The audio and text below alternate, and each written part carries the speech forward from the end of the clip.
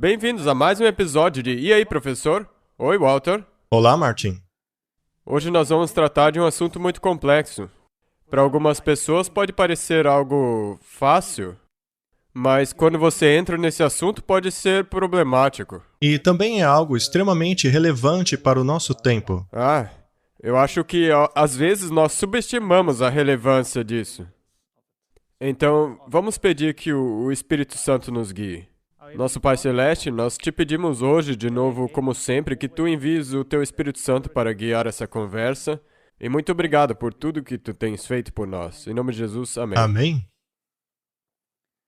Muito bem. A abominação da desolação. Este é um tema muito interessante. Eu acredito que muitas pessoas gostariam que falássemos sobre isso. Mas eu já fiz um sermão a respeito desse tema. Quão perto estamos do cumprimento desta profecia? E qual seria o significado dela?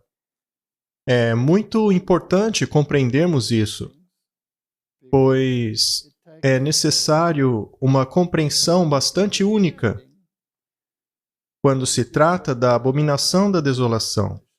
Porque também tem pessoas que jogam isso para a história e dizem, não está no futuro. Exatamente, é isso mesmo. E também há os futuristas, que jogam essa profecia para um futuro muito distante. Nós já dissemos que adotamos o método historicista de interpretação. E vamos falar de uma vez por todas, Martin. É o único que faz sentido. Do contrário, a Bíblia teria sido escrita apenas para as pessoas que viveram no passado, ou então no futuro. Enquanto todo o bloco da humanidade no meio disso não teria nada que ver com as Escrituras. Sim. Não faz sentido. Não faz sentido. A Bíblia foi escrita para todas as pessoas em cada ponto da história da humanidade. Sendo assim, quem viveu nos tempos da Reforma Protestante teriam blocos das Escrituras que lhes diriam aonde estavam na linha do tempo, e tudo que está escrito na Bíblia é relevante para o tempo da pessoa. Portanto, o futurismo não tem futuro. Muito bem colocado. Muito bem, então vamos falar da abominação da desolação. Vejamos o que podemos compreender disso. Jesus fala a respeito da abominação da desolação predita pelo profeta Daniel no singular, sem especificar mais a respeito. A qual destas referências estaria Jesus se referindo?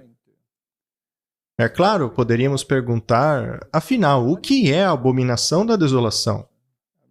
Alertar a respeito de algo sem saber o que aquilo é não faz sentido? Toda vez, como, por exemplo, Babilônia, você sempre diz, se você advertir contra a Babilônia, você tem que definir o que é a Babilônia. Do contrário, qual seria o sentido? Portanto, o que representa a abominação da desolação em nossos dias? Ou seja, quando saberemos que o sinal anunciado por Jesus para a fuga de seu povo finalmente chegou? Isso é importante. Isso afeta a nossa vida? Exatamente. Sendo assim, nós precisamos saber o que é a abominação da desolação. E quem fala a respeito dela é o profeta Daniel. Vejamos a palavra desolação. Mateus 24:15. Quando, pois, virdes que a abominação da desolação, de que falou o profeta Daniel, e estiver no lugar santo, e quem lê, que entenda. Marcos 13, versículo 14. Mas quando vós virdes a abominação da desolação, que foi predita pelo profeta Daniel, estar aonde não deve estar, e quem lê entenda, então os que estiverem na Judéia, fujam para os montes. Aqui ele nos deu um pouco mais de detalhes. É interessante que nas traduções modernas, eles removem do texto de Marcos a menção do profeta Daniel. Mas por que fazem isso? Bem, o argumento deles é que isso já está no verso de Mateus. Por que repetir em Marcos? Isso me irrita tanto que eu tenho vontade de gritar. Isso é verdade. Ora, e a questão da segunda e terceira testemunhas? Sim. É tão patético. É mesmo, porque o negócio essa é a desculpa. É a desculpa deles. Mas é tão fácil ler as outras partes e fazer o seu estudo e esquecer. E daí você pode cair na armadilha da alta crítica, dizendo que Daniel não era um profeta, ou que nem foi ele que escreveu o livro de É Daniel. verdade. Ou então que não foi escrita no tempo dito pela Bíblia, mas posteriormente. Mas mesmo essa desculpa não funciona, porque as profecias de Daniel chegam ao nosso tempo. Como ele poderia ter escrito coisas de hoje? Então vamos deixar isso para lá. A alta crítica é um bando de gente irritante, influenciados por jesuítas. Devemos considerá-los irrelevantes. Correto? Eles não devem ser nosso foco. Fique com a Bíblia e com a interpretação histórica contínua. Exato. Lucas 21, verso 20. Quando virem Jerusalém cercada de exércitos, então saibam que a desolação está próxima. Este é um texto paralelo. É sempre bom ter um texto paralelo. Então, a abominação da desolação, e aqui também diz que quando a abominação estiver de pé no lugar sagrado, e o outro texto paralelo é quando virem Jerusalém cercada de exércitos. Aí saberão que a desolação está próxima. Lembre-se de que as profecias de Mateus e Lucas são de dupla aplicação. Os discípulos perguntaram: qual é o sinal da sua vinda e do fim do mundo? Então há uma profecia daquela época e do tempo do fim, um cumprimento literal e um espiritual. Nós não devemos deixar isso fora da equação, porque do contrário nós nos perderíamos. Mas é claro, a aplicação literal tem uma lição em tipo para a aplicação espiritual.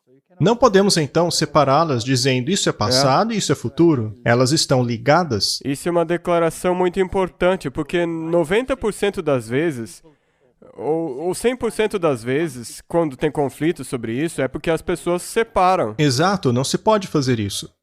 Muito bem, vamos para uma citação do livro O Grande Conflito. Jesus declarou aos discípulos que o ouviam os juízos que cairiam sobre Israel apóstata, especialmente a vingança retributiva que viria sobre eles pela rejeição e crucificação do Messias. Sinais inconfundíveis precederiam o terrível clímax. Aquela pavorosa hora chegaria abruptamente. Isso é importante, Martin. Bem, é claro, Os últimos eventos serão? serão rápidos. E o Salvador alertou os seus discípulos: quando virem a abominação da desolação, predita pelo profeta Daniel, de pé no lugar santo, e quem lê, que entenda, então aqueles que estiverem na Judéia fujam para as montanhas. E daí ela cita aqui Mateus e Lucas. Quando os estandartes idólatras dos romanos fossem erguidos em terra santa, fora dos muros da cidade, então os seguidores de Cristo deveriam achar segurança na fuga. Quando os sinais de alerta fossem vistos, aqueles que quisessem escapar não poderiam demorar. Através da terra da Judéia, assim como a própria Jerusalém, o sinal para a fuga precisava ser imediatamente obedecido. Aqueles que estivessem sob o telhado não deveriam descer à sua casa para tentarem salvar tesouros preciosos. Aqueles que estivessem trabalhando nos campos e vinhas não deveriam perder tempo pegando a sua capa que deixaram de lado por causa do calor do dia. Eles não deviam hesitar nenhum momento. Do contrário, estariam envolvidos na destruição geral. Esta citação é muito importante. Ela nos faz lembrar de Ló, não é? Sim, é a mesma coisa.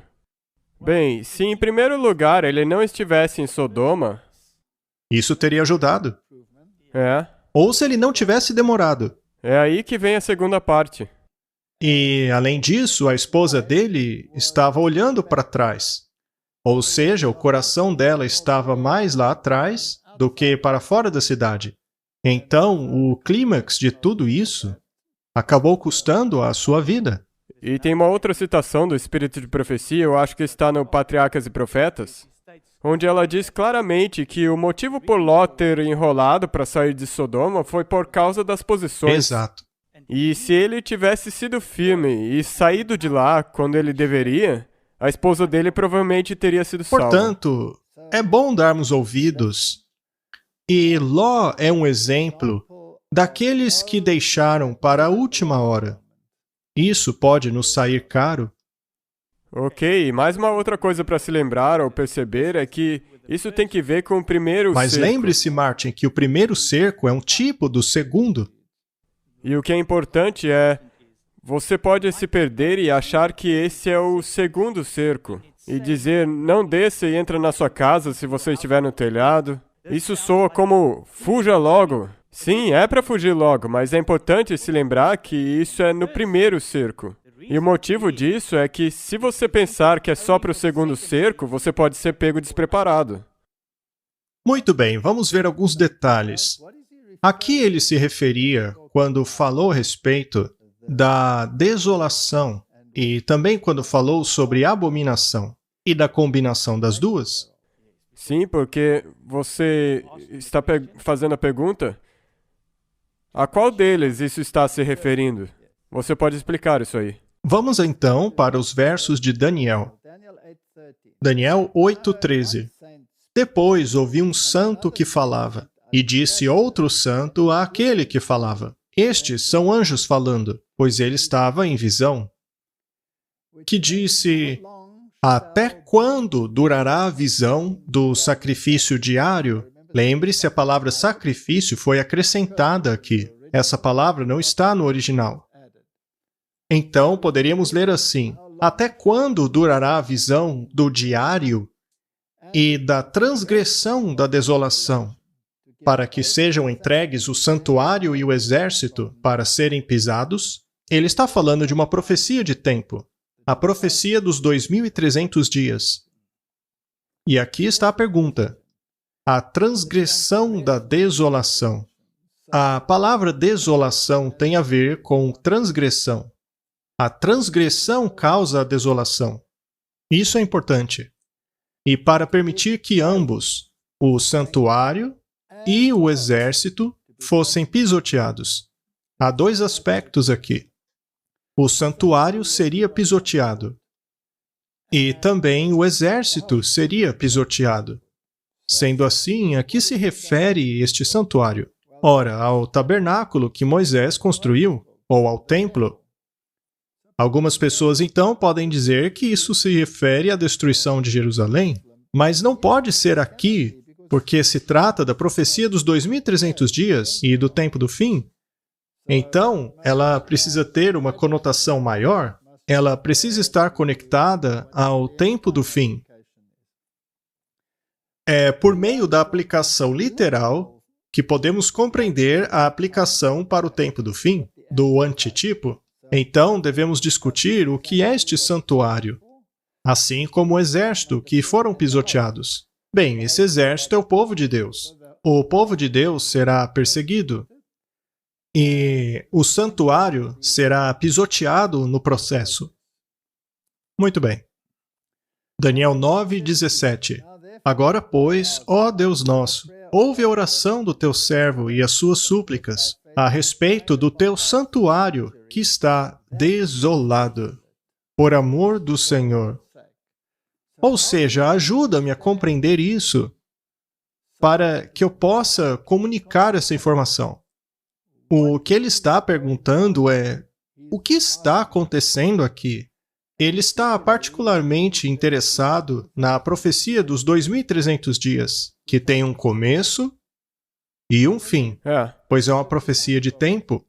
O início é a promulgação do decreto para reconstruir Jerusalém, até, e aí vem a parte messiânica da profecia, e depois o fim. Não dá para fugir disso. Se você tem uma data que é o ponto de início, deve haver uma data que é o fim. E sabemos que em profecia, dias equivalem a anos.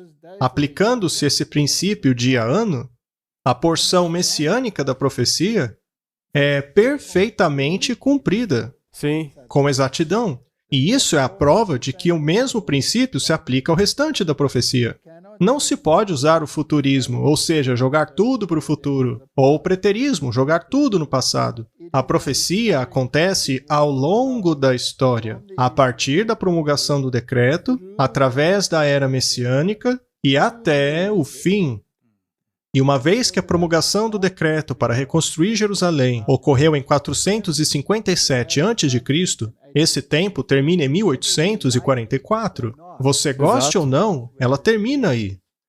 Há muitas pessoas que debatem acerca de 1844, mas apenas pense no que aconteceu neste ano. Os grandes meios para a propagação do Evangelho foram abertos, a era eletrônica começou.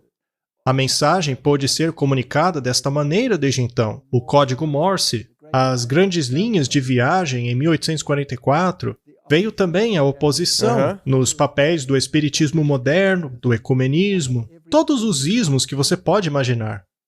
Comunismo, tudo começou em 1844. Se este ano não for um ano importante, então eu não sei o que é a definição de um ano importante. E é isso aí.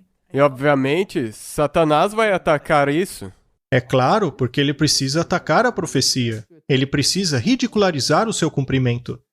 E quando eu ouço aos pregadores evangélicos, Martin, eles estão atacando o movimento millerita cada vez mais. A única coisa que Miller fez foi pegar a profecia, aplicar os princípios e chegar a uma conclusão.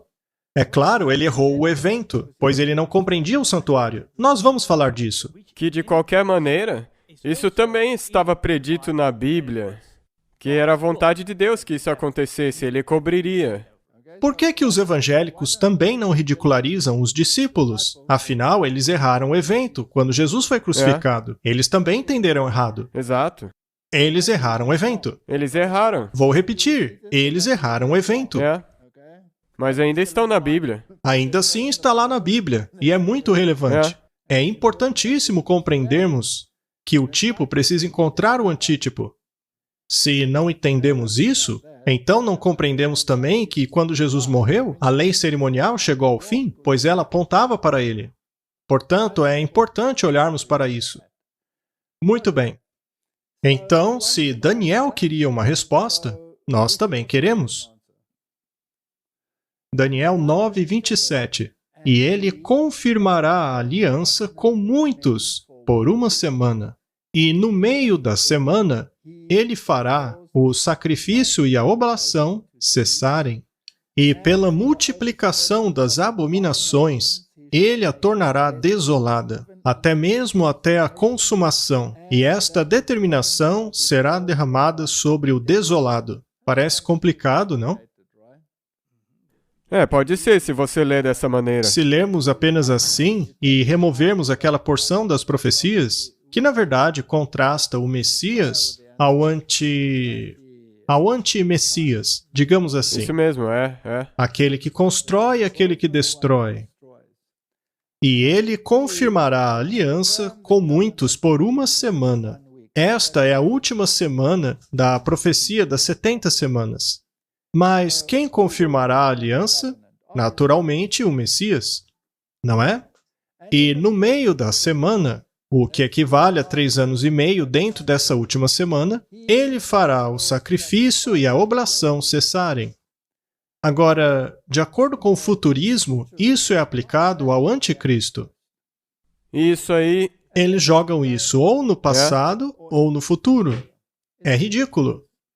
Sabemos que o fim do sistema de sacrifícios cessou com a morte de Jesus. Então se pergunte, por acaso Jesus morreu no meio da semana, ou seja, ao fim de 3 anos e meio? É claro, considerando o princípio dia-ano. 3 anos e meio depois do início de seu ministério? Sim. Então a profecia se cumpriu. Ele deu fim ao sistema de sacrifícios ao se tornar o sacrifício perfeito. Exato. Isso é importante. Precisamos entender isso. Do contrário, acabaremos no catolicismo. E daí você pode ir para qualquer direção. Muito bem. Então ele faria cessar o sacrifício e a oblação. Alguns dizem que não foi ele, mas os romanos, é a maneira como interpretam alguns, Só que Jesus disse, eu dou a minha vida e eu a tomo de volta, voluntariamente. E pela multiplicação das abominações, veja, agora estamos falando do lado negativo. Não há nada de negativo em Jesus, apenas positivo. Ele a tornará desolada, até mesmo a consumação, e essa determinação será derramada sobre o desolado. Então a abominação será colocada lá em algum ponto, prosseguirá até o fim, até que ela seja destruída. Sim, isso vai ser daquela rocha que veio, se desprendeu sem a ajuda de mãos humanas. Exato. Então, precisamos saber quem está fazendo a desolação e como a está fazendo. Naturalmente, há uma aplicação literal. Os romanos vieram. O exército romano veio, cercaram Jerusalém e a desolaram completamente. Mas também deve haver uma aplicação espiritual, pois ali no capítulo 8 é dito que o santuário e o exército seriam pisoteados durante todo este período. Vamos dar uma analisada nisso. Essa palavra aparece da próxima vez em Daniel 11:31. E exércitos ficarão ao lado dele, e eles poluirão o santuário da força. Veja como o santuário está envolvido sempre. E removerão o diário. Lembre-se, a palavra sacrifício é acrescentada. E então colocarão a abominação que faz a desolação. Ou seja, eles colocarão a abominação que causa desolação no lugar de. Ok? Então precisamos compreender o que significa isso. Lembre-se de que o templo foi destruído. Algumas pessoas hoje dizem que o templo deve ser reconstruído, mas não. Estamos falando agora de um aspecto espiritual. Exato, é muito importante o que você disse, porque muitas pessoas ficam presas nisso. Tem que ser físico de novo. Não se pode pular de um para o outro. Não se pode tornar o antitipo o mesmo que o tipo, pois nesse caso está se violando o princípio.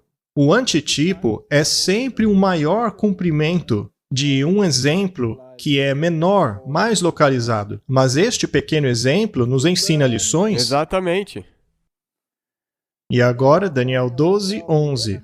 E desde o tempo em que o diário for tirado, lembre-se, a palavra sacrifício foi acrescentada, e a abominação que causa desolação for estabelecida, haverá 1290 dias. Nós não vamos falar sobre esta profecia, pois já fizemos antes. Já falamos sobre estes 1290 dias.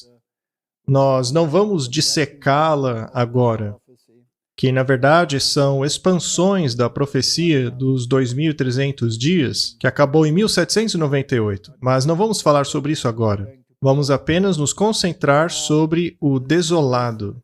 Mas há um quadro de tempo que nos diz que isso não tem nada a ver com o templo literal. Exatamente, e eu agora mesmo queria mencionar isso também. A única coisa que nós podemos mencionar sobre isso não é literal. Não pode ser aplicado como literal. Muito bem, vamos voltar a Daniel 8:13, que basicamente é a primeira vez em que ele fala sobre isso. E nos dá uma visão mais ampla. Ok, então os anjos estavam conversando sobre isso. Eles falavam a respeito da transgressão que causava desolação. E também que o santuário e o exército seriam ambos pisoteados. Agora, precisamos nos perguntar o seguinte: após a crucificação de Jesus e após todos estes eventos, até mesmo após a destruição de Jerusalém, que foi feita por Roma pagã, quando foi que essa desolação do santuário ocorreu em um sentido espiritual? Pois ela continuaria até o fim e terá o seu clímax naquilo que Jesus teve a dizer sobre o assunto. Vá e estudem o que disse Daniel. Precisamos compreender. Vamos olhar para o santuário agora e perguntar-nos o que representava o santuário e o que a história nos diz que acabou sendo desolado. o que ele representa e não o símbolo. O que o literal significava num sentido espiritual? Isso. Muito bem. Então aqui temos o santuário. Nós vemos aqui embaixo uma abertura. Havia 4 postes ali. E você só podia entrar neste local aqui. Não se podia entrar na tenda. E circulando o local, havia este muro de linho branco. A Bíblia nos diz o que o linho branco representa. Representa a justiça Sim. dos santos. Mas não temos justiça em nós mesmos. Jesus é a nossa justiça. Ele então representa a justiça. Mas você precisa passar pela porta. E quem alegou ser a porta? Jesus. Jesus disse ser a porta. Ok. E por meio de quem nós vamos ao Pai? Através de Jesus. Não foi o próprio Jesus que disse isso? Sim. Podemos ir ao Pai por meio de qualquer outra pessoa? Não, nenhum. Tem certeza, Martin? Sim. Porque lá no Cazaquistão, o Papa disse outra coisa. Infelizmente ele está errado. Ele disse que todos os caminhos levam ao céu. Bem, na verdade ele disse todos os caminhos levam a Roma. Porque ele disse que é só através dele que dá para chegar. Ele é tão bonzinho por abrir as portas de Roma para o mundo, não é? Mas, enfim. A Bíblia nos diz que existe somente uma porta, e essa porta é Jesus. Quando entramos por ela, nos deparamos imediatamente com o altar da oferta queimada. Exato. O que quer dizer que alguma coisa morre ali. Um cordeiro. Portanto, o pecador arrependido se ajoelhava e colocava sua mão sobre o cordeiro, confessava o seu pecado, mas ele não precisava falar alto. O sacerdote não tinha que saber. E simbolicamente transferia os seus pecados para o cordeiro inocente. O cordeiro representa quem? De novo, Jesus? Sim, já falamos sobre isso muitas e muitas vezes. Mas queremos descobrir o que foi desolado, certo? O próprio sacerdote vestia branco. E isso representa a justiça. Então, quem o sacerdote representava? Cristo, de novo. Exato. Cristo é o cordeiro e o sacerdote. Então, o cordeiro morria. E veja, seria um desastre se o sacerdote fosse morto. Isso daria um problema, não? Portanto, há uma imagem dupla aí. O cordeiro representa Cristo, que morre pelo pecado, e o sacerdote representa Cristo, no papel de mediador. Mas veja, a mediação do sacerdote israelita era apenas um símbolo da mediação de Jesus. Isso é muito importante. De novo, não é literal, é apenas um tipo, é espiritual. E na Bíblia, o sacerdote é alguém que leva uma oferta. Ele deve fazer um sacrifício. A figura do pastor é a figura de um professor. Ele apenas ensina, mas ele não é um sacerdote, pois o pastor não realiza sacrifícios. Mas enfim, vamos parar por aí. Muito bem, então este pequeno cordeiro era amarrado nos chifres do altar, ou seja, o cordeiro está associado ao altar. Não se pode separá-lo dele. E nessa condição, ele era sacrificado. Portanto, em tipo, você entra no relacionamento com Cristo, por meio da porta, que é Cristo. E aí você se depara com o altar, que representa a cruz. O cordeiro representa Jesus e o sacerdote também representa Jesus.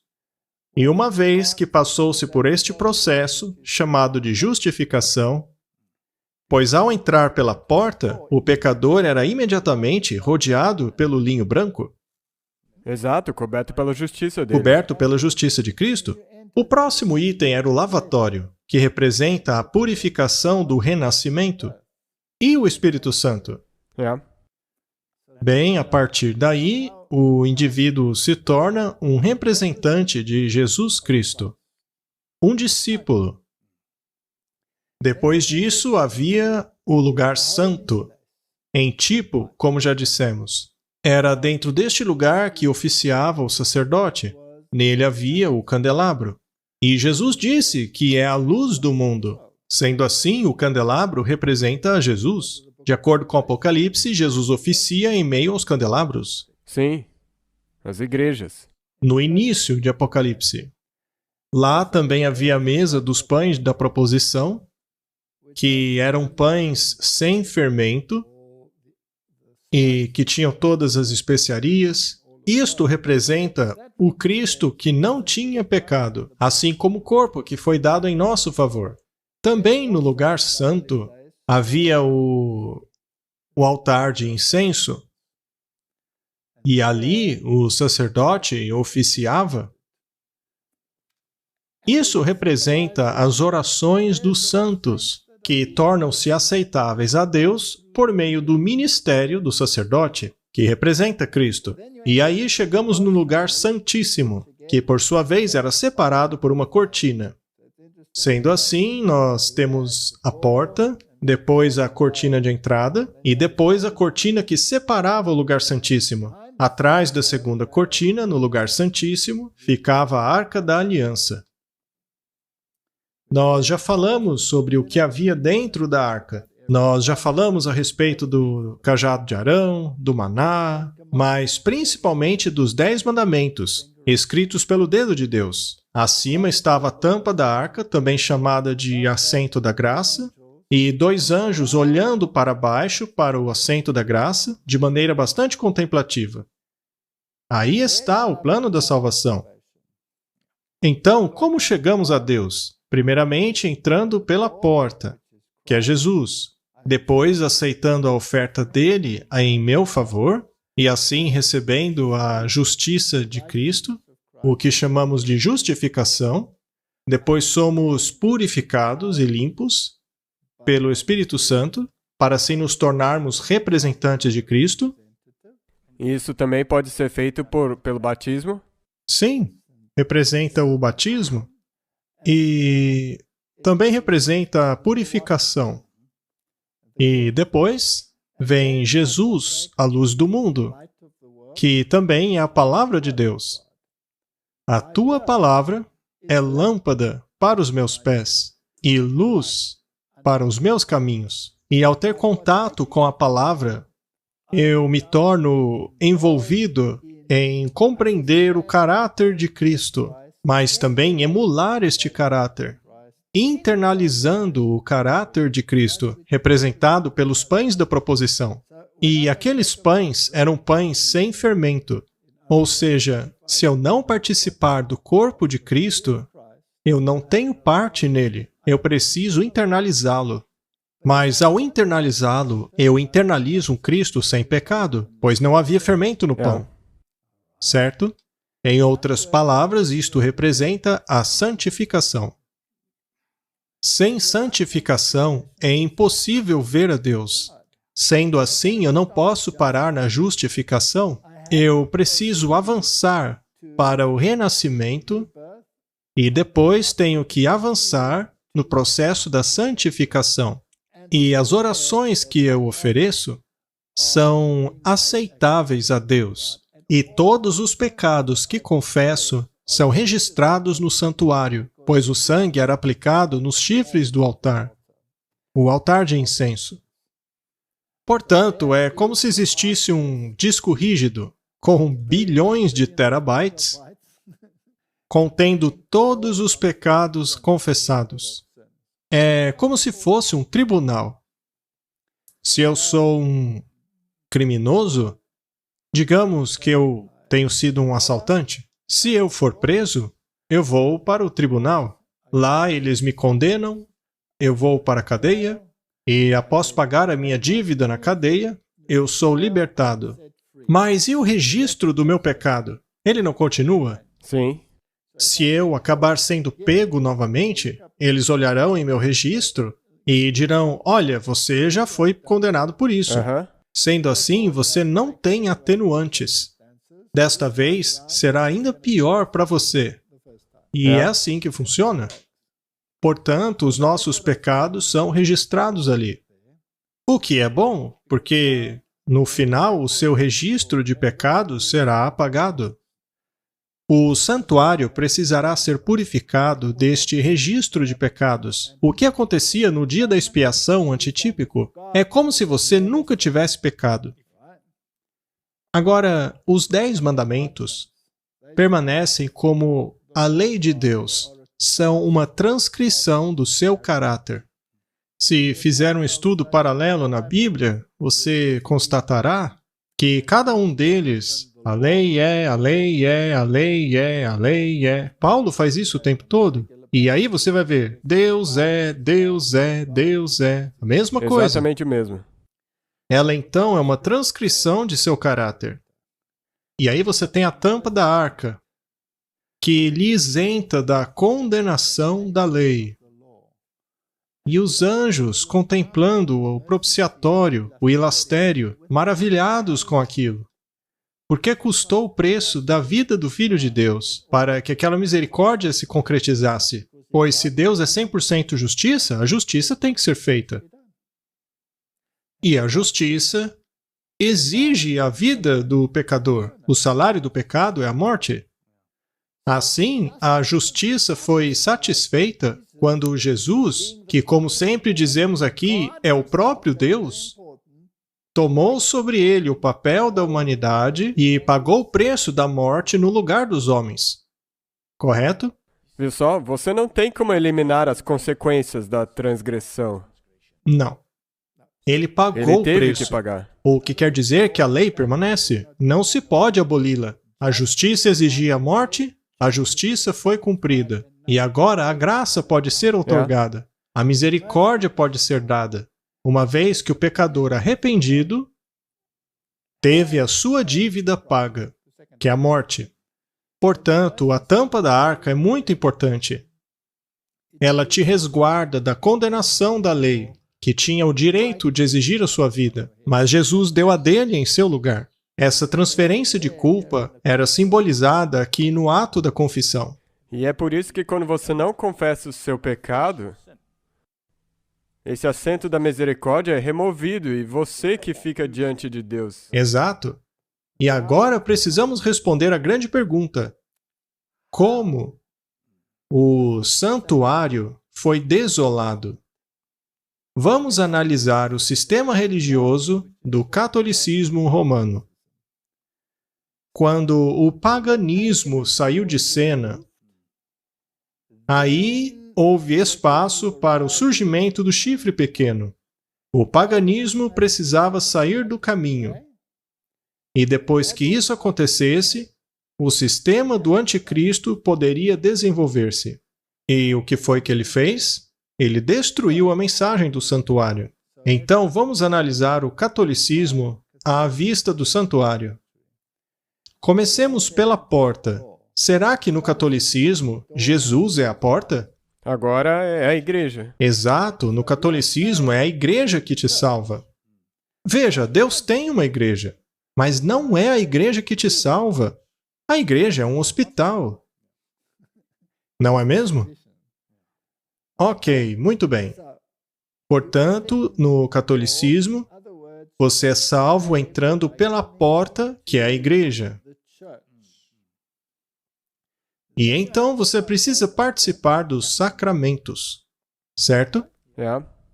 Agora, o catolicismo ensina que Jesus nunca morreu por você. Você não é salvo pelo sangue do Cordeiro. Você é salvo por meio da sua obediência à igreja, por participar dos seus sacramentos. Ou seja, existe um mérito em participar dos sacramentos. Isso já elimina o altar. O altar é desolado, porque neste caso, Jesus nunca morreu por você. Ele teria sido apenas um exemplo de obediência, mas nunca morreu em seu lugar. Mas isso não é, na verdade, a porta também sendo feita desolada por mudar isso para a igreja? Com certeza. Cada aspecto do santuário é desolado. A porta é desolada. A justiça de Cristo já não é mais a justiça dele, mas sim as suas boas obras, a sua obediência. Assim, o linho branco é anulado. O cordeiro perde o seu sentido. O batismo, que representa o renascimento, foi transferido para o batismo de bebês. Neste caso, eles ingressam na igreja sem terem feito uma decisão consciente. Assim, o lavatório perde sua função. E quem seria a luz do mundo? A igreja. A igreja torna-se a luz do mundo. Ela te diz o que pode e o que não pode, de sua própria cabeça. É ela que vai te contar. Então, não é Jesus a luz do mundo, mas sim os dogmas da igreja, o magisterium. É o Papa e os bispos que definem o que é verdade para você. Mas, segundo a Bíblia, a palavra de Deus é lâmpada para os nossos pés e luz para o caminho. Mas no catolicismo, é o catolicismo que foi escrito pela igreja que é a luz para o seu caminho. Você deve obedecê-lo. E no que se refere a internalizar o corpo de Cristo, eles transformam-no num sacrifício perpétuo. Mas a Bíblia diz que por um sacrifício ele foi aperfeiçoado para sempre. Neste caso, os pães da proposição são neutralizados. E depois a questão da mediação, do altar de incenso. O sumo sacerdote Jesus é o nosso mediador, mas para eles não. O sacerdote é o nosso mediador. É ele quem lhe dá perdão pelos seus pecados. A figura do Padre é o seu mediador, e não Jesus Cristo. E o que dizer a respeito do lugar santíssimo? Bem, há uma cortina entre os dois compartimentos. A cortina representa a minha carne. Quando Jesus morreu na cruz, o véu foi rasgado de cima a baixo, mostrando que a separação que havia entre judeu e gentio, de acordo com o que Paulo escreveu sobre a questão. Essa separação acabou. O Evangelho tornou-se para o mundo todo. Veja a Arca da Aliança. E dentro está a lei. Dentro está o cajado de Arão.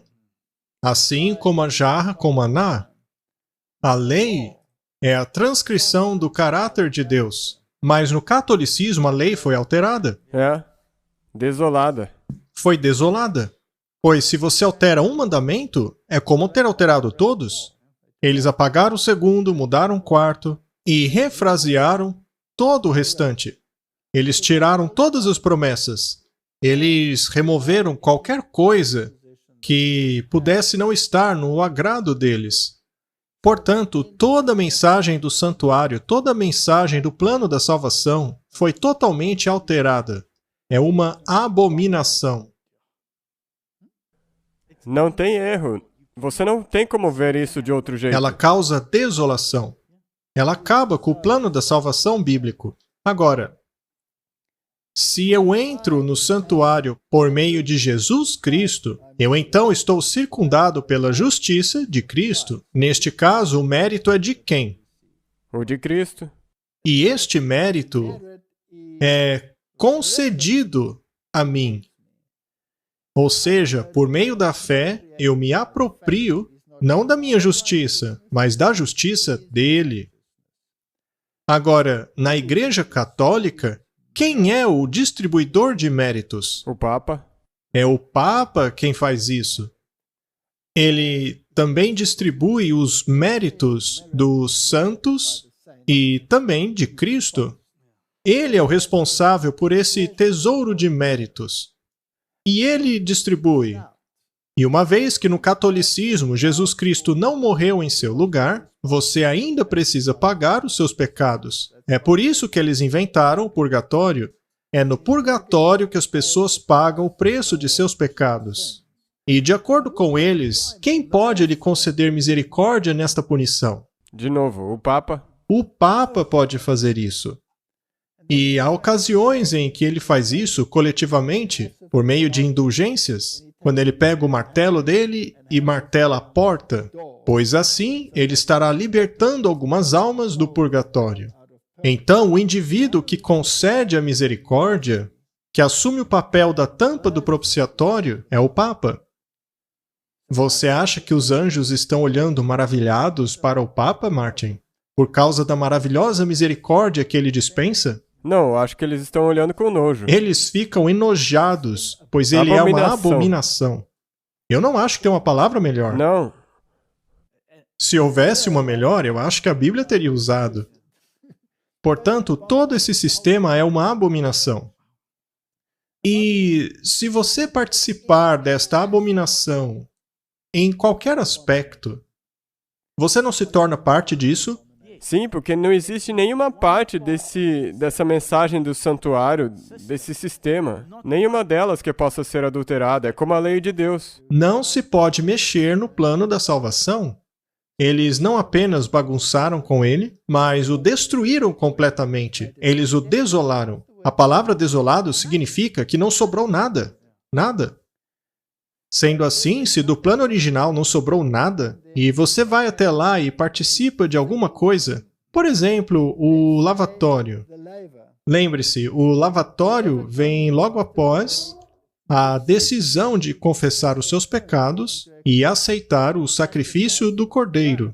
Então é uma decisão consciente. Eles, porém, batizam bebês que ainda não são conscientes de decisão alguma. Isso é destruir parte do santuário.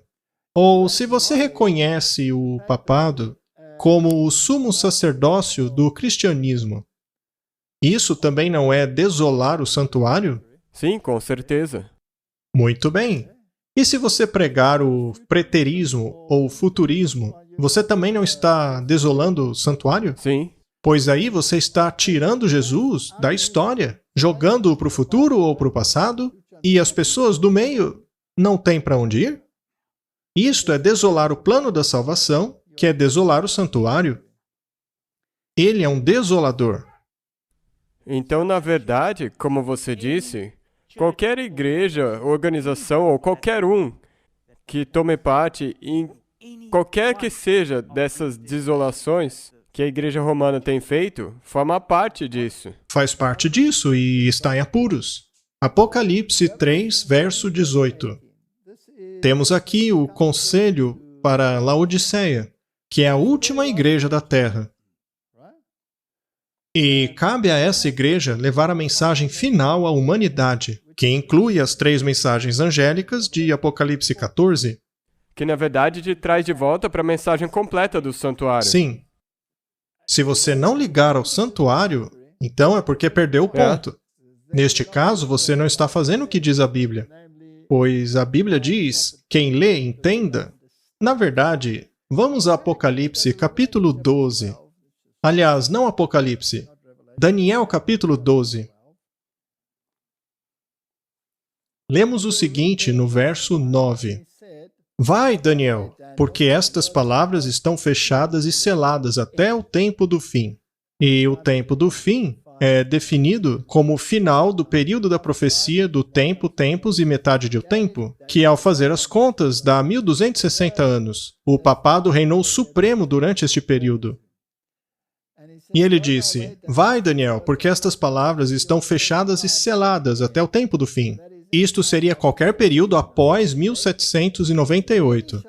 Muitos serão purificados e embranquecidos, ou seja, receberão a justiça de Cristo, e provados, mas os ímpios procederão impiamente, e nenhum dos ímpios entenderá. E aí vem o verso 11. E desde o tempo em que o diário, lembre-se que a palavra sacrifício foi acrescentada, em que o diário for tirado e posta a abominação desoladora, haverá 1290 dias. Este é o verso que tínhamos, certo? Sim. Agora, vamos dar uma olhada no que é dito aqui.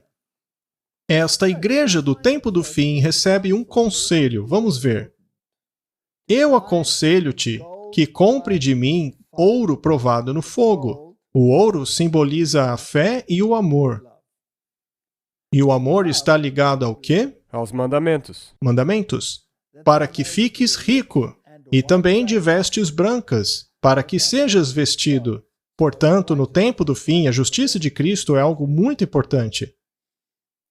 E para que a vergonha da tua nudez não apareça, e que unja os teus olhos com colírio, para que possas ver. Portanto, é muito importante que compreendamos essas questões. Precisamos do ouro, que é a fé e o amor. Precisamos da veste branca, para que sejamos vestidos e nossa nudez não apareça. E também precisamos ungir os nossos olhos para podermos ver. Veja agora uma citação do Espírito de Profecia. Hoje, uma grande parte daqueles que compõem nossas congregações estão mortos em transgressões e pecados. Eles vêm e vão como uma porta em suas dobradiças. Por anos eles têm escutado complacentemente as mais solenes e comoventes verdades, mas eles não as têm colocado em prática. Assim, se tornam cada vez mais insensíveis à preciosidade da verdade. Os comoventes testemunhos de reprovação e advertência não despertam neles o arrependimento? As doces melodias que vêm de Deus através de lábios humanos, a saber, a justificação pela fé e a justiça de Cristo, não surte neles a resposta do amor e gratidão. Apesar do mercador celestial exibir diante deles as riquezas da fé e do amor, apesar de convidá-lo a comprar dele ouro provado no fogo e vestes brancas para que seja vestido e colírio para que veja, eles endurecem o seu coração contra ele e falham em trocar a sua mornidão por amor e zelo. Apesar de fazerem profissão, eles negam o poder da piedade. Se continuarem nesse estado, Deus os rejeitará. Eles não servem para serem membros de sua família. Uau! Este é um tema muito, muito importante. Essa é uma citação muito forte, mas ainda enraizada na palavra. Ela não tem como ser negada. Muito bem, voltemos ao santuário. Por falar nisso, a palavra desolado aparece muitas vezes na Bíblia, mas os profetas que a utilizam mais são Isaías e Jeremias. E é claro, em Daniel, Sim. 4 vezes. Jeremias 12:10. Muitos pastores têm destruído a minha vinha. Eles têm pisoteado a minha porção debaixo de seus pés e tornaram a minha agradável porção em um deserto desolado. Ou seja, muitos pastores têm destruído a minha igreja. Eles têm pisoteado o santuário de Deus. Bem, o poder que surgiria e desolaria o santuário é Roma. Nós vimos como isso aconteceu. Ela pisoteou o santuário e o exército de Deus. Quantos foram mortos apenas por se opor a Roma? Milhões e milhões. Bilhões. Roma derramou sangue ao longo dos séculos mais do que qualquer outra organização. Portanto, é muita hipocrisia do Papa dizer: vamos esquecer o passado e fingir que agora somos santos, jogando ainda mais doutrinas pela janela, ou seja, pisoteando ainda mais o santuário. Muito bem. Vamos ler agora o verso 11 de Jeremias 12. Eles a tornaram desolada. Bem claro, não é? E ela clama a mim em sua desolação. Toda a terra está desolada, porque não há ninguém que tome isso a sério. É basicamente o que lemos naquela citação. Lucas 13:35. Eis que a sua casa será deixada desolada. Em verdade eu vos digo que não me verão até que venha o tempo em que dirão: bendito é aquele quem vem em nome do Senhor. Tem muita coisa nesse verso que não percebemos. Por exemplo, se a sua casa está desolada é porque ela está vazia. Sim. Vazia do quê? Do plano da salvação? De Cristo. Sim, de Cristo. Cristo não está nela. E eles não o verão de novo até quando? Até o fim. Quando ele vier com o juízo. Sim. E por quê? Porque o puseram fora da casa. Exato. Naquela reunião no Cazaquistão, Jesus chegou a ser mencionado uma vez? Não. Jesus não foi deixado de fora? Sim. Então eles não o verão até que ele venha com o juízo. Não o verão. Mesmo. A casa está desolada, vazia. Eles desolaram o santuário de Deus. Apocalipse 17:16. E os 10 chifres que viste sobre a besta odiarão a prostituta e a tornarão desolada e nua. Comerão a carne dela e a queimarão com fogo. As nações finalmente reconhecerão que foram enganadas por ela e vingar-se-ão dela de maneira terrível, mas já estarão todos perdidos. Mas vai ser tarde demais. Já será tarde demais. Apocalipse 18:19. E lançaram pó sobre suas cabeças e clamaram, chorando e lamentando, dizendo: Ai, ai daquela grande cidade, na qual todos os que tinham navios no mar se enriqueceram em razão da sua opulência. pois em 1 hora ela foi desolada. A economia fará parte de tudo isso? Com certeza. Muito bem, então precisamos falar dessas coisas para vermos onde se encaixam ao aplicarmos a história e eventos naquilo que está acontecendo hoje em dia. Os pastores destruíram a vinha. Eles mudaram o plano da salvação, ainda que tenha sido um pouquinho. Eles participam desta mudança. E também, em Jeremias aqui, ele estava falando da nação judaica, ou, naquela época, Israel, que iria ser destruído. E como você mencionou antes, é importante lembrar que a casa deles, como nós vemos em Lucas, foi desolada. Então não adianta olhar para Israel, o país literal, durante o fim dos tempos. É isso que os evangélicos fazem, mas a casa está desolada. E isso porque deixaram Jesus de fora. E ainda que alguns tentem trazê-lo de volta, não é o mesmo Cristo. Eles buscam um Cristo que vai trazer libertação nacional, e não um que liberta do pecado. O pecado é o verdadeiro inimigo a ser destruído.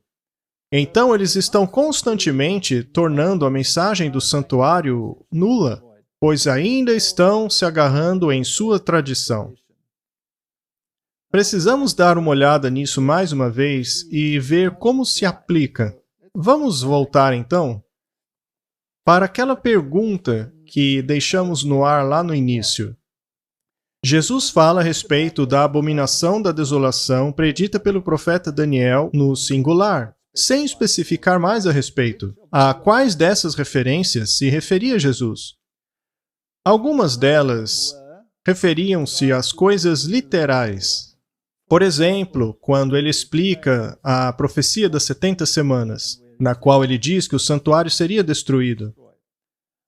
Mas a palavra abominação e as palavras associadas a ela são um tipo. Não se pode separá-las. Temos que considerar todas elas, sim. Todas elas. Portanto, o que representa hoje a abominação desoladora? Ela representa qualquer tipo de cristianismo ou qualquer religião que anule a mensagem do santuário. Então, aquela que fez isso de maneira literal e perseguiu aqueles que o opunham foi o papado. Exato. Então, quando Jesus fala a respeito dessas coisas, quando ele fala sobre este verso, dizendo: quando virdes a abominação da desolação, falada pelo profeta Daniel, de pé no lugar santo, e quem lê, que entenda. E ali embaixo temos Marcos 13:14 e Lucas 21:20, que diz: e quando virdes Jerusalém cercada de exércitos, saibam que a sua desolação está próxima. Esta profecia se cumpriria literalmente naquela época, quando eles vissem o exército de Roma cercando Jerusalém, permanecendo na Terra Santa. E a Terra Santa, como já vimos em outras vezes, eram algumas áreas fora da cidade. Lembre-se que Neemias estabeleceu uma área livre ao redor da cidade, na qual nem mesmo os mercadores podiam ir. Eles não podiam entrar lá no dia de sábado para negociar. Então o sábado era muito, muito importante. E esta área sagrada purificava a cidade dos mercadores. Interessante? Sim. Para que estes não profanassem o sábado. Isso é um tipo. Então, os mercadores não podem profanar o sábado no fim dos tempos. Nós temos falado bastante a respeito disso, sobre as leis dominicais e todas essas questões. Eles querem introduzir uma semana de 4 dias de trabalho, mas é interessante que as empresas vão dar a terça ou a quarta livres, mas não o sábado. Muito interessante. Mas paremos por aí. Quando falamos sobre isso em um sentido literal, quando eles os vissem chegando, deveriam fugir. Sim. Agora, houve 2 cercos. No primeiro cerco, os exércitos cercaram Jerusalém. No entanto, eles pararam o cerco e foram embora. Veja, quando Jerusalém está cercada de exércitos, eles não podiam ir embora da cidade. Então, sim, isso teve que acontecer. Então era necessário que houvesse uma janela de tempo para fugirem. E isso aconteceu quando o primeiro cerco foi embora, quando o exército romano saiu. Mas alguns judeus zelotas foram atrás dos romanos e mataram vários deles. Isto enfureceu Roma. Então é claro que eles iam voltar. O sinal foi o primeiro cerco, e quando este acabou, fuga! Cai fora! É. Saiam das cidades. E depois Roma voltou com o general Tito e destruíram a cidade. E o curioso é que a destruição final da cidade foi num dia de sábado. É. E isso é muito interessante. Perceba que o sábado está sempre envolvido. Quando os romanos colocaram seus estandartes, e o que eram eles? Eram os seus símbolos pagãos, a marca sob a qual marchavam. E qual é o símbolo pagão, ou a marca do catolicismo? O domingo? Eles mesmos dizem isso. O domingo é a marca de nossa autoridade. Então, quando começarem a implementar legislações dominicais e cercarem o povo de Deus com esta ameaça, então ele estará cercado pelo poder militar de Roma. A Bíblia diz: quem poderá fazer guerra contra a besta? Mas então o cerco foi retirado. E desde então até hoje tem um intervalo de tempo. E quando vir de novo será muito tarde. Demais. Muito bem. Quando ocorreu o primeiro cerco antitípico? Em 1888, com o projeto de lei do Blair. Quando o decreto dominical seria implementado nos Estados Unidos da América. Só que isto foi postergado ou removido após os argumentos de Afonso Jones. Os argumentos dele foram irrefutáveis, mas eles viriam de novo. Sendo assim, desde 1888, temos vivido este período entre os dois cercos. E logo após o período de 1888, o espírito de profecia disse que o tempo de sair das cidades havia chegado. O povo de Deus deve deixar as cidades. Há muitos, porém, que não estão dando ouvidos ao chamado. A verdade é que nunca deveriam estar nas cidades. Exato. Mas alguns estão. Então, como sair das cidades? É uma boa pergunta. É mesmo, especialmente para pessoas que estejam talvez presas à cidade. Alguns dizem, eu não posso sair da cidade, eu não consigo. Bem, sendo assim, outros devem preparar o caminho. Devemos nos relacionar a pessoas que tenham esta mentalidade, que querem sair. Peça a Deus para que Ele abra o caminho. Ele capacitará que alguns já possam ir para prepararem o caminho para que outros venham depois. Alguns deixarão para sair no último minuto. Afinal, existe um outro tipo, que é Ló. Ele e sua família saíram no último minuto. Mas é arriscado. E houveram fatalidades. Exato. A esposa dele se perdeu. Então, não é a melhor alternativa. Se você não tem condição de ir agora, peça ajuda a Deus. Procure relacionar-se com aqueles que têm essa mentalidade.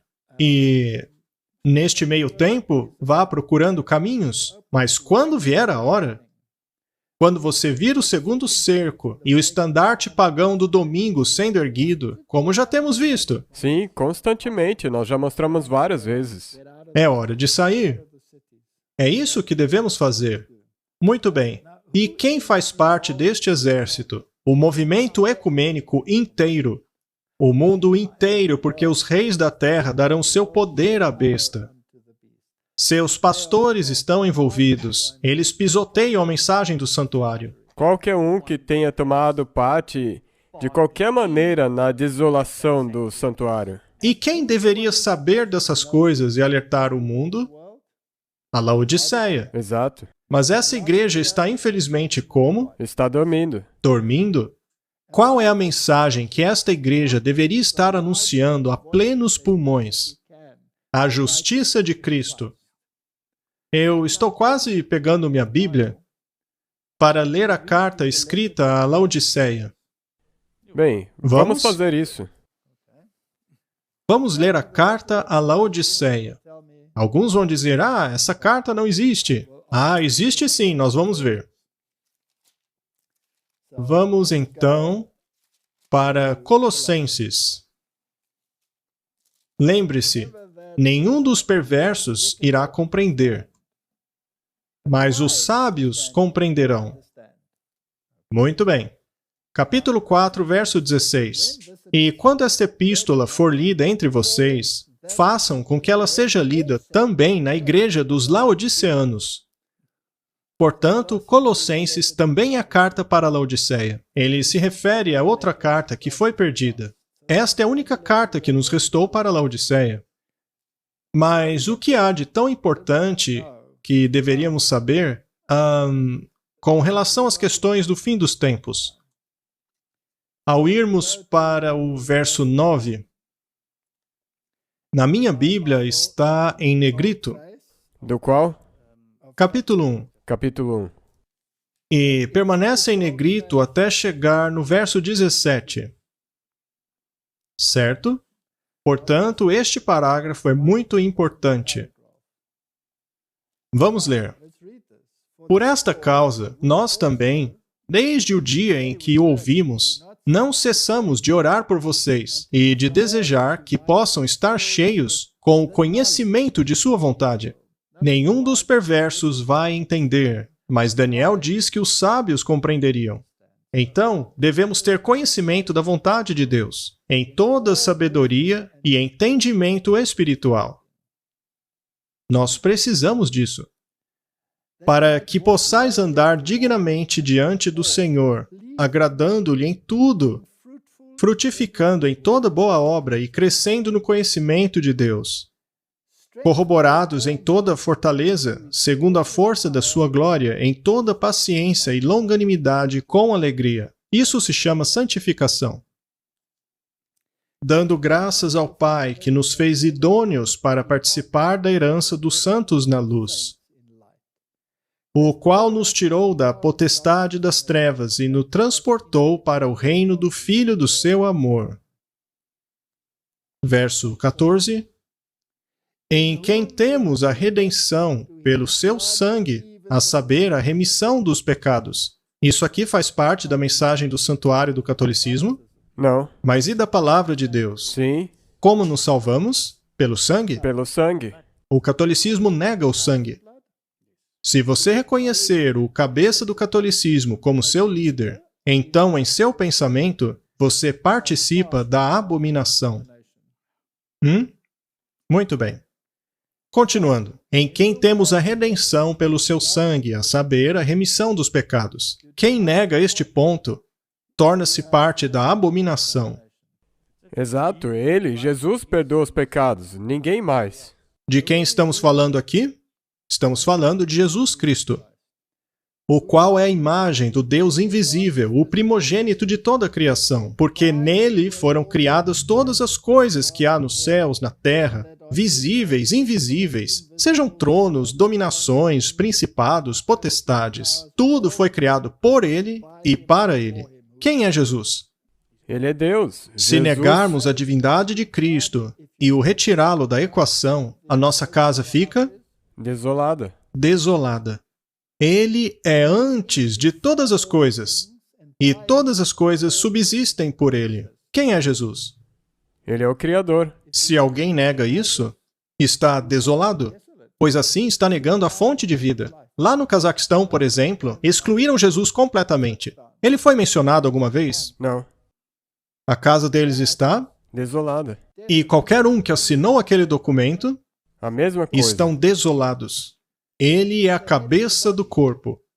Agora eu pergunto, quem estava lá vestido de branco? O Papa. Presidindo a abertura e o encerramento da cerimônia. Sim. Eles estão desolados. Desolada. Desolados. E todo mundo que se agarra ou adere a qualquer coisa, ou que aceita, está no ecumenismo. Faz parte. Ele é o cabeça do corpo. A igreja é o princípio e o primogênito dentre os mortos, para que em tudo tenha a preeminência. Por acaso Jesus teve a mínima preeminência no Cazaquistão? Não. Nenhuma. Nenhuma. Muito bem, vamos ler mais um pouco, apenas para esclarecer alguns pontos. Porque foi do agrado do Pai que toda a plenitude nele habitasse, e que, havendo por ele feito a paz, pelo sangue da sua cruz, por meio dele reconciliasse consigo mesmo todas as coisas, tanto as que estão na terra como as que estão nos céus. Será que ficou claro? Lendo assim desse jeito, não tem como você querer negar isso. A divindade de Cristo. A última igreja na terra precisa pregar a redenção por meio do sangue dele. Precisamos pregar a justiça, a santificação, a justificação. Verso 21. E vós também, que noutro tempo eram estranhos e inimigos do entendimento pelas vossas más obras, agora, contudo, vos reconciliou no corpo da sua carne, pela sua morte. Jesus morreu por nós. Sim. Como eles podem profanar o santuário pregando outra coisa? E se você for ver quem que foi essa pessoa que morreu na carne, a pessoa que foi descrita nos versos anteriores, Deus. Exato. Muito bem, Martin. Então, não resta dúvida de que não podemos negar isso aqui. Continuando. Pela morte, para perante ele vos apresentar santos, irrepreensíveis, inculpáveis, se, na verdade, permanecerdes fundados e firmes na fé, e não vos moverdes da esperança do Evangelho. A mensagem do santuário apresentada pelo ecumenismo não nos tira a esperança do Evangelho? Sim. Mas, sem dúvida alguma, nos tira. Agora, vamos para o capítulo 22. Ela também te desvia do julgamento. Então, quando ele volta com o galardão, eles também negam isso. Sim, e eles não o verão Não. até que ele volte. E com a recompensa que eles não querem. Capítulo 2. Porque quero que saibais quão grande combate tenho por vós, e pelos que estão em Laodiceia, e por quantos não viram o meu rosto em carne, para que os seus corações sejam consolados e estejam unidos em amor, e enriquecidos da plenitude da inteligência, para conhecimento do mistério de Deus e Pai e de Cristo, em quem estão escondidos todos os tesouros da sabedoria e da ciência. O Papa também tem um tesouro? Sim, de mérito. O tesouro dele está baseado em santos e em prelados que, ao longo da história, mataram milhões de pessoas porque não concordavam com eles. Isso é muito sério, Martin. Vamos descer para o verso 8. Tenham cuidado para que ninguém os escravize a filosofias vãs e enganosas, baseadas em tradições humanas. O Papa não disse que as tradições são o contexto nas quais tudo deve ser interpretado? Elas estão acima da Bíblia. Pois é. A Bíblia chama isso de vão engano. Continuando. Após os rudimentos do mundo e não após Cristo, pois em Cristo habita corporalmente toda a plenitude da divindade. Como ousam deixá-lo de fora somente para não desagradar os outros? E de amor fraternal? No qual também estáis circuncidados com a circuncisão, não feita por mãos humanas, mas com a circuncisão feita por Cristo, que é o despojar do corpo da carne. E agora o verso 14 é muito importante, veja. Cancelando a escrita das ordenanças que eram contra nós, que eram contrárias a nós, e a tirou do caminho, pregando-a na cruz. Verso 16. Portanto, não permitam que nenhum homem os julgue pelo comer ou beber, ou festas religiosas, luas novas, ou dos dias de sábado, que são sombra das coisas que viriam. Mas o corpo é Cristo. E não permitam que ninguém que tenha prazer numa falsa humildade e na adoração de anjos, na verdade, adoração de demônios. Martin, a Laodiceia tem que ter plena consciência sobre qual lei ele está falando aqui. É a lei cerimonial. Esta sim era uma sombra das coisas que viriam. Os 10 mandamentos nunca foram uma sombra das coisas que viriam. Eles são a transcrição do caráter de Deus e nos remetem à criação. Já a lei cerimonial apontava para Cristo, o que incluía os sábados cerimoniais. Estes sim apontavam para o ministério e redenção do Messias. Isso tudo, então, é muito, muito importante. Ele continua falando sobre como vivermos uma vida cristã e assim por diante. Portanto, basicamente, esta é uma carta à Laodiceia, pois, como vimos no capítulo 4, verso 16, esta carta deveria ser lida aos laodiceanos. Mas o que é que Laodiceia precisa entender? Ela precisa entender a preeminência de Cristo. Qualquer coisa que negue a preeminência de Cristo deve ser rejeitada. Qualquer coisa que deixe Cristo de fora. Isso é desolação. E não coloca ele na posição que ele deveria estar, sendo Deus. E Laodiceia precisa entender a justificação pela fé? Sim. Se ela não incluir a justificação pela fé em sua salvação, então ela não tem salvação. Qualquer forma de justificação pelas obras. Laodiceia também não precisa entender a diferença entre a lei cerimonial e tipo e antitipo? Sim.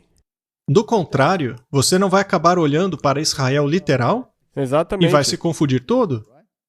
Olhar para Israel literal de hoje, pensando que o que Deus vai salvar é o país de Israel, é negligenciar o que a Bíblia diz. A casa de quem pensa isso está desolada. Se esta pessoa não trouxer Cristo de volta à sua vida, ela ficará desolada. Muito bem. Laodiceia não deveria evitar divisão? Será que Laodiceia está evitando divisões dentro dela? Não. Não. Ela não deveria evitar vãs filosofias? Parece que não estamos evitando. Em evitar isso? Não. E ordenanças humanas? Será que Laodiceia não pensa que obras são mais importantes do que a salvação pela fé? Portanto, todas estas coisas que foram escritas para os colossenses também foram para Laodiceia. E Martin, quando virem a abominação da desolação, da qual falou o profeta Daniel, ou seja, o estandarte de Roma erguido, e cercando o povo de Deus, pondo pressão sobre ele, sabemos que o tempo está próximo. E quando virmos isto acontecendo, aqueles que estiverem na Judéia, fujam para os montes, ou seja, saiam das cidades. Sim. A hora é agora. Quando virem Jerusalém cercada de exércitos, saibam que a desolação está próxima. Nós estamos neste ponto. Com certeza, como nós já perguntamos no título, você já consegue ouvir o barulho? Já consigo ouvir a marcha do exército romano se aproximando. É um exército desolador. Ele não tem Cristo. E qualquer um que faça parte dele, ou participe de qualquer coisa de suas abominações, não verão a Cristo até que ele venha com retribuição. Alguns receberão a recompensa de acordo com suas obras. Amém. Vamos orar. Querido Pai, este é um tópico muito sério. Eu oro para que nos conceda sabedoria e entendimento de acordo com a Tua promessa. É a minha oração, em nome de Jesus. Amém. Amém.